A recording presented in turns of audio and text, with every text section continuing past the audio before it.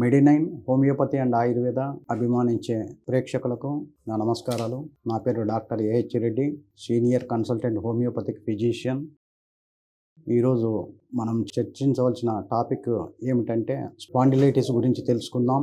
Spondylitis అంటే ఎముకల అరుగుదల. మన వెన్నెముక 3 భాగాలుగా డివైడ్ అయి ఉంటుంది.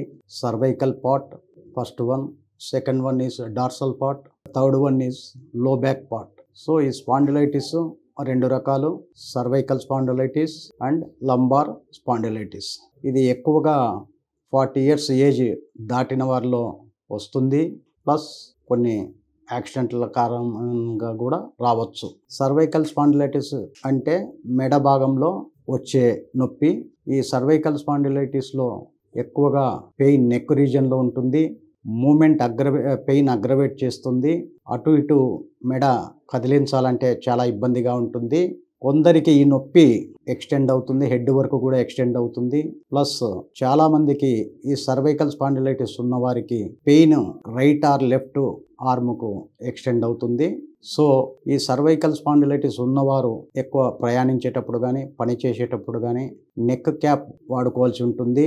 ప్లస్ పిల్లో, వీలైనంత వరకు పిల్లో పెట్టుకోవడం, తల కింద తలగడ తీసేయాలా.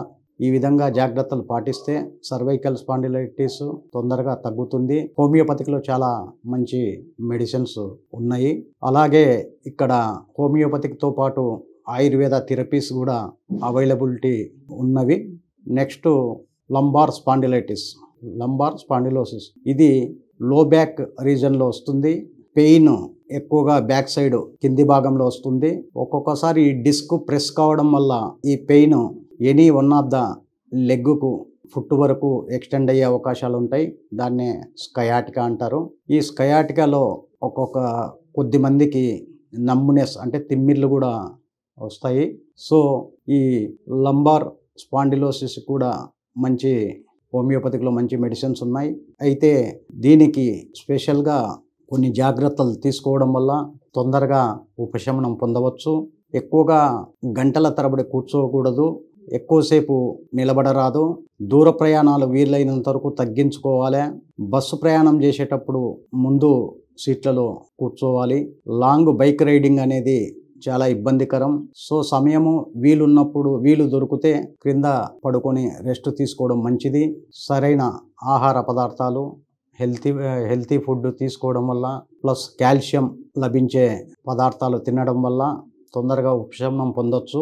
ఫర్ ఎగ్జాంపుల్ హోమియోపతికి వచ్చేసరికి చాలా మందులు సర్వైకల్ స్పాండిలైటిస్కి అయితేనేమి, లంబార్ స్పాండిలైటిస్కి అయితేనేమి వీటికి చాలా మందులు బాగా పనిచేస్తాయి. ప్లస్ వీటితో పాటు కొన్ని ఎక్సర్సైజ్ కూడా చేసుకుంటే తొందరగా తగ్గే అవకాశాలు ఉన్నాయి. హోమియోపతికి వచ్చేసరికి రస్టాక్స్ కానీ, బ్రయోనియా, లేడంపాల్, ఆర్నికా ఇటువంటి మందులు బాగా పనిచేస్తాయి.